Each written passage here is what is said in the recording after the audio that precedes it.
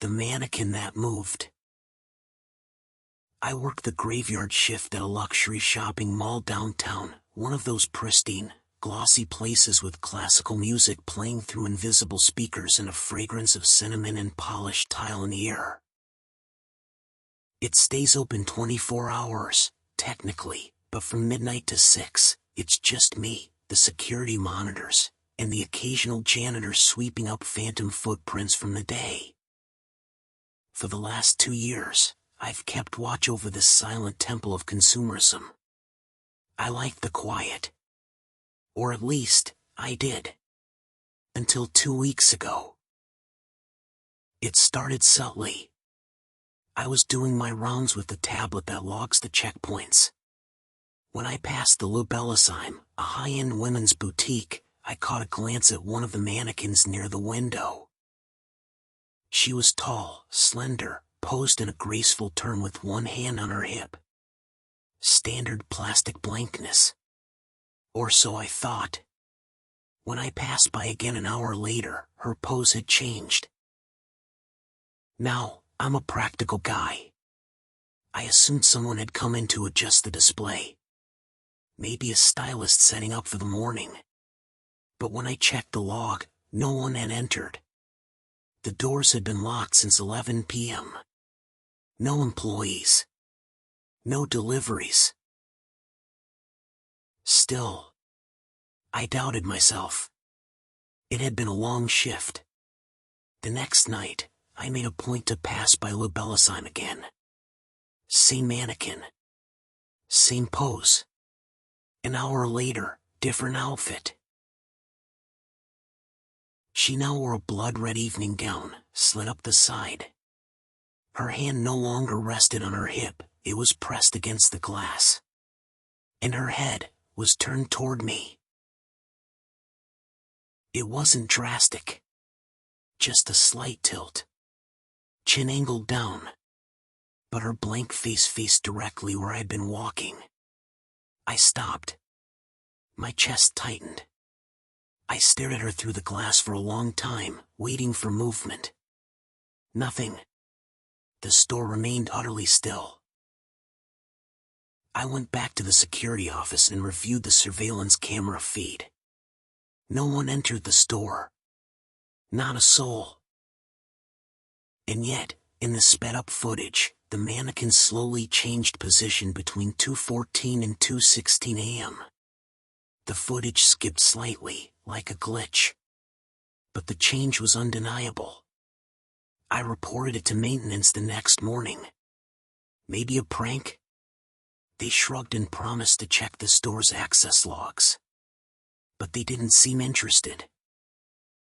The next night, I didn't want to go near Lubellisheim. But of course, that was the one checkpoint I couldn't skip. I walked fast, tried not to look. But curiosity won. This time, the mannequin wasn't alone. There were 3 others, and all had turned to face me. Still plastic. Still lifeless. But the poses, they were deliberate. Stiff arms held in unnatural positions, as if mid-step. Like I'd caught them walking and they froze. The lead mannequin, the one I first saw, wore a black cocktail dress now. Her hand still pressed to the glass. Her head fully turned. Not slightly. Completely. As if she were watching my every move. When I passed, I heard something. I froze. Looked back. She was as still as ever. I left the hallway. Fast. That night in the control room, the monitor flickered. It was the feed from Lubellisheim. The camera glitched, then cut to black for 3 seconds, before returning. And in those 3 seconds, I swear I heard breathing. The next morning, I demanded to speak to my supervisor. He chalked it up to stress. Told me I'd been pulling too many double shifts and needed to get some rest. I took the next night off. But I couldn't sleep. I kept dreaming of glass, of tapping, of mannequins with blank faces bending to whisper secrets in my ears. So I came back. And that's when everything changed. It was 2:18 a.m. I walked past the boutique, heart pounding. She wasn't there. The main mannequin, gone. Only the others remained. And in their place, a small card on the floor of the display window, facing outward. I bent down to read it. It said, in red ink, "You're late." Then the lights inside the boutique flared, blindingly bright for a second, before fading back to darkness. I ran. The elevator down to the basement security room wouldn't respond. I took the stairs. I needed to get out, or at least see someone, anyone. But the mall had changed. The corridor looped. I kept walking past the same store, Bedtime. Over and over. Each time, the mannequins were closer to the glass. One had her plastic hand lifted, as if about to knock.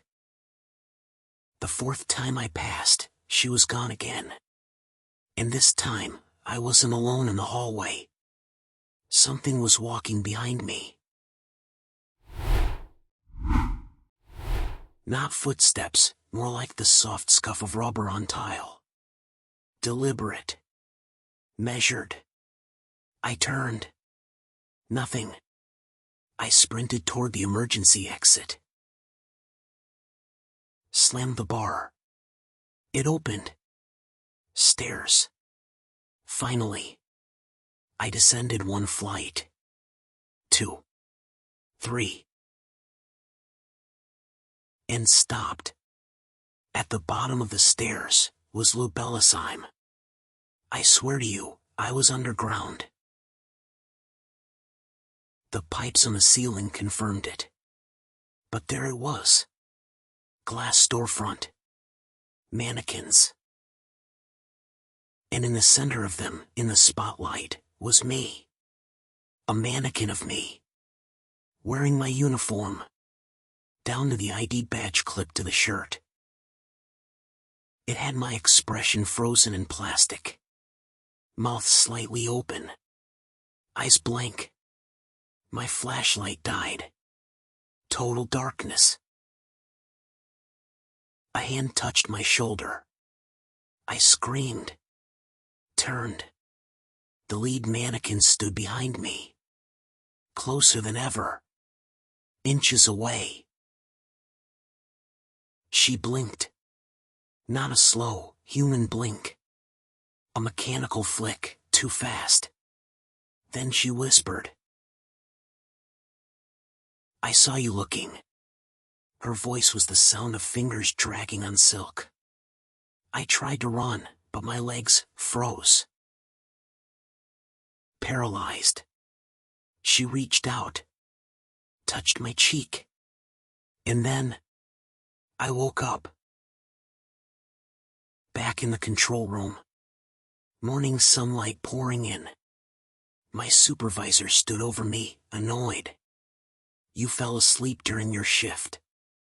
What's wrong with you?" I didn't answer. Instead, I looked at the monitor. Bedtime's window. And there, I saw myself. Frozen. Standing beside the mannequins. I blinked. Rubbed my eyes. Gone. The store was empty. But I knew. I knew. Something had changed. That night, I returned with a mirror. A small hand mirror I kept in my locker. I stood outside the boutique and lifted it. Reflections don't lie. And in the mirror, I saw her. Standing behind me. Not a reflection. A presence. Closer every second. The last thing I remember was her whisper, "Time to trade." They said the old night guard quit without warning. Disappeared, actually. Left all his things behind. Weird thing is, there's a new mannequin in Lubellisheim. Looks almost exactly like the guy they showed me in training. But I don't mention it. I'm too scared she'll hear me.